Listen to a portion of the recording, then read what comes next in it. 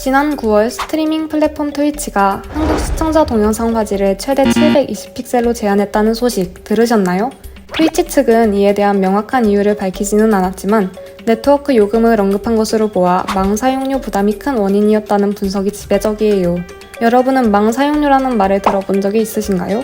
망 사용료란 인터넷 속 일종의 톨게이트 개념이라고 보시면 되는데요. 이는 구글과 넷플릭스 같은 글로벌 콘텐츠 공급자가 정보 이동량, 즉 트래픽을 유통하기 위해 KT, SK 브로드밴드, LG 파워콘 같은 통신사, 즉 인터넷 서비스 제공자에게 지불해야 하는 금액을 말하는데요. 정보를 이동시키기 위한 통행 요금을 내는 것이죠. 그러나 최근 글로벌 콘텐츠 기업의 정보 이동량이 증가하자 이를 위한 네트워크, 설비 투자비가 늘어나면서 통신사의 재정적 부담이 커졌다고 하는데요. 이에 대해 국회는 일정 규모 이상의 빅테크 기업은 국내 인터넷 서비스 제공자에게 망 사용료를 지불하도록 하는 망 무임 승차 방지법을 발의했어요. 그런데 이 법안에 대한 찬반 논의가 끊이지 않는다고 하니 이게 대체 어떻게 된 일일까요? 여러분들이 잘 알고 계시는 구글, 유튜브, 넷플릭스와 같은 빅테크 기업들은 1년에 수백억, 많게는 수천억의 망 접속료를 통신사에게 지불하는데요.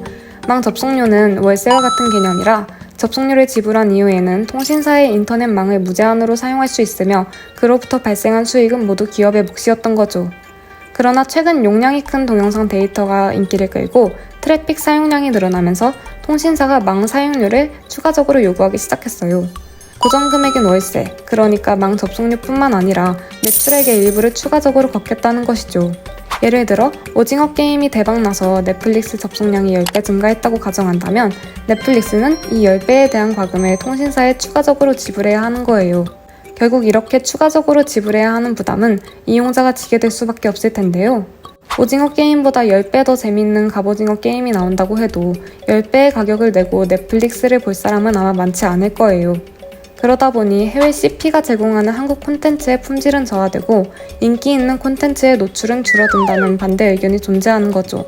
그러나 통신사는 접속량에 대한 제지를 하지 않을 경우 인터넷망이 파괴되는 공유지의 비극을 맞이할 수 있다고 주장하는데요.